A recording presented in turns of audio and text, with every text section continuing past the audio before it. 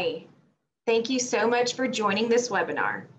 My name is Stormy Bradley, and I am the president of Bulldog Steel. This is our second Steel School webinar, and today we're going to be talking about how to set yourself apart in the construction industry. If you were at our last webinar in March, this is going to be a deeper dive into marketing and branding for those that are in the construction space. My business, combined with our sister company, Metal Solutions, generate over 20 million in revenue each year.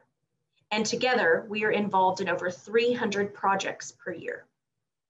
Our scopes range from dirt work, electrical, HVAC and plumbing, steel construction, interior finish, concrete, cabinetry, overhead doors, and other specialty items. At Bulldog Steel, though, we manufacture sheet metal and sell steel components and accessories for structural projects of all sizes and nature. With 16 plus years of experience, I've learned a few things about starting and running a business and efficiently managing projects of various detail. Myself, along with my team members, want to share our expertise with you through this educational series, Steel School. If you are watching this on demand through YouTube, make sure to not only like and subscribe to this channel, but also to sign up for our Bulldog Steel newsletter. When you sign up, you can stay up to date on Steel School content, helpful videos, guides, and tools that you need to take your skills to the next level. We release content every few weeks on a different Steel School topic, ranging from welding basics to industry updates to how to maximize profit margins as a contractor. Welcome to your classroom. Today, I'm here to talk about how to set yourself apart in the construction industry. I'm going to cover three main topics: defining your target audience, building a sales funnel, and creating content. This can apply to you if you are anyone in the construction industry, or honestly, if you're any type of business owner. I want this to be beneficial to all of you, so please put any questions that you have in the Q&A box on the Zoom interface, and I will answer them at the end of the webinar. I encourage you to grab a pen and a paper and take notes to refer to this information later, and then apply them to your own business. Let's get started. The first thing I want to talk about is defining your target audience. A target audience is who your clientele is. Who are you going to sell your product or services to? What problem are you solving for them? Sounds simple enough, right? Before we learn how to define our target audience, let's talk about why knowing who they are is so important. If you don't know who to target, then your social media, marketing, and advertising is going to be wasted. If you're not appealing to the right crowd, no one is going to buy into your business. You have to know who they are to appeal to their problems, offering insights and solutions. More than that, you have to understand their journey of becoming a prospect into a client. This will help you come up with marketing tactics and figure out how you can reach them. So how do you determine your target audience? To put it simply, if you're building a dock, who's your target audience? People with property on a lake or body of water. If you're a fence builder, your target audience will also be people that own property, but let's think a little bit more about who most likely your customer is. If you're a fence builder, you might be looking at residential prospects, mostly, and ones that have neighbors or possibly livestock or other things they need contained, including children. Thinking further into that, if you're a general contractor in New Jersey, your audience is going to look different than my target audience here in West Texas, because my area is more rural than New Jersey.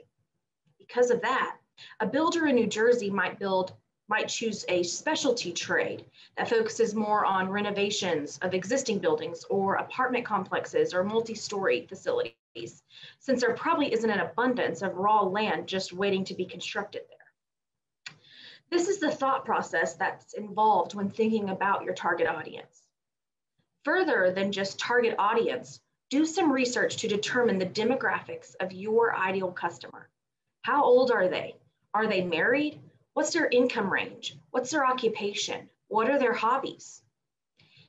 Every business will have a different target audience. Don't fool yourself into thinking that you can target everyone.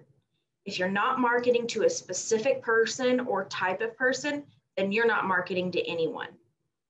Grab a pen and take a few minutes to write down these common denominators of all your clients while I ask you a few questions. Start by visualizing that one customer that you love working for. You have them in your head? Why do you love working with them? How can you find more customers like them? What kind of jobs do you like doing that are profitable for you? These questions will help determine your marketing tactics to achieve finding those customers. So how do you decide what type of marketing will work best for your target audience? The number one rule is to speak to their problems and provide a solution.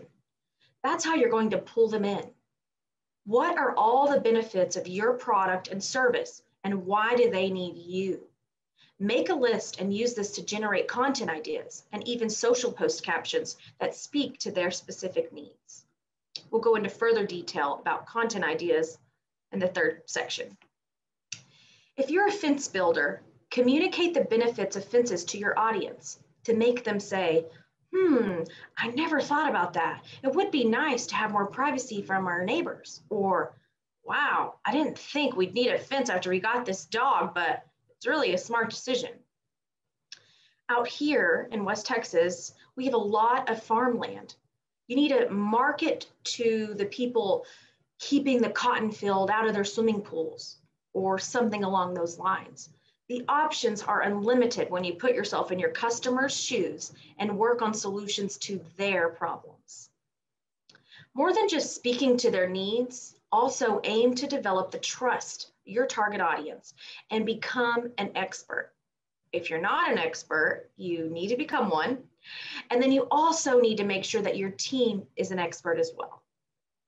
Again, with the fence building example, you need to communicate to your audience that you are certified in everything you need to be, and that your team is reliable, that your fences are proven to never fall down, that they are aesthetically pleasing, and that you know all the codes and regulations when it comes to making both quality and safe fences. Make a list of what makes you an expert. Make a list of the things that prove to your audience that you know what you're talking about.